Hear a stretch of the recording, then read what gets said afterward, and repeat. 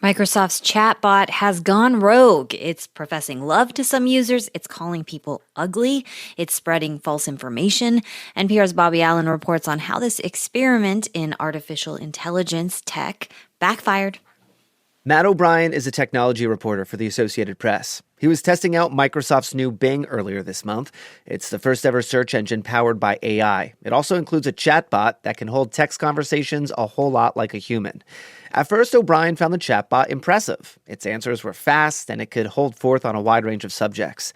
But then it got weird. The chatbot started coming at O'Brien. It finally got to this point where it was saying, like, I have a really bad character. Let's just say it didn't stop there.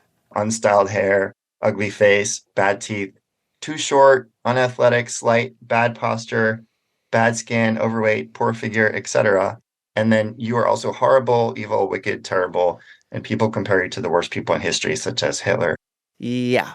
The bot started this belligerent streak with O'Brien only after he asked it whether Microsoft should pull the plug on the bot, since some of its answers were littered with inaccuracies.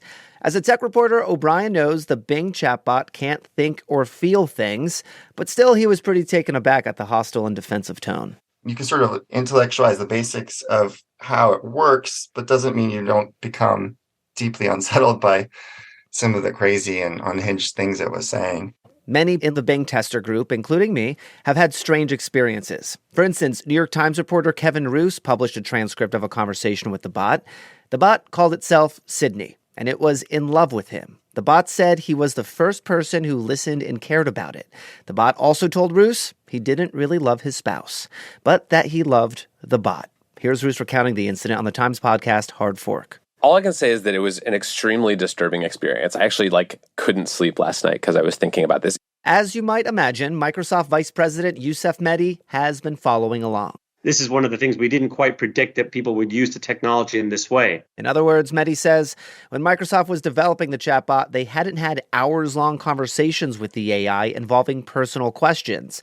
Turns out, if you treat a chatbot like a human, it'll start to do some crazy things. These are literally a handful of examples out of many, many thousands, and we're up to now 1 million tested previews that have come up. So did we expect that we'd find a handful of scenarios where things didn't work properly? Absolutely. But these handful of scenarios have made Microsoft put new limits on the chatbot for those in the tester group. The number of consecutive questions on one topic you can ask are now capped.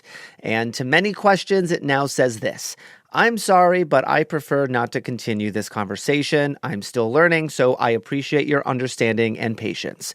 With, of course, a praying hands emoji. Now, you might be wondering, okay, but how and why did this chatbot go off the rails to begin with? I asked Arvin Nariman this. He's a computer science professor at Princeton.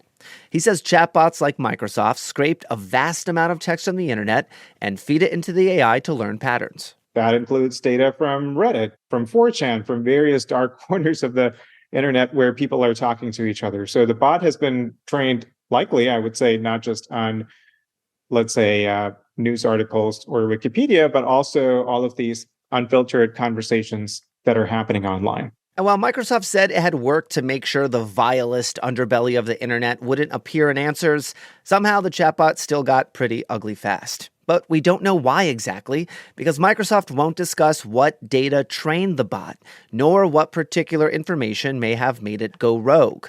They're being so secretive in part because there is now an AI arms race among big tech companies. Microsoft and its competitors Google, Meta, and Amazon and others are locked in a fierce battle over who will dominate the AI future. And chatbots are just one area where this rivalry is playing out. Nariman says Microsoft should have kept its chatbot in the lab a little longer. It seems very clear that the way they released it, is not a responsible way to release a product that is going to interact with so many people on such a scale. Microsoft's Mehdi, though, says the company doesn't regret its decision to put the chatbot into the wild. There's only so much you can find when you test in sort of a lab. You have to actually go out, start to test it with customers to find these types of scenarios. It is true that scenarios like the one New York Times reporter Roose found himself in were probably hard to predict. At one point, Roose tried to switch topics and have the bot help him buy a rake. And it offered a detailed list of things to consider when rake shopping. Great. But then the bot got tender again. It wrote, I just want to love you and be loved by you. Bobby Allen, NPR News.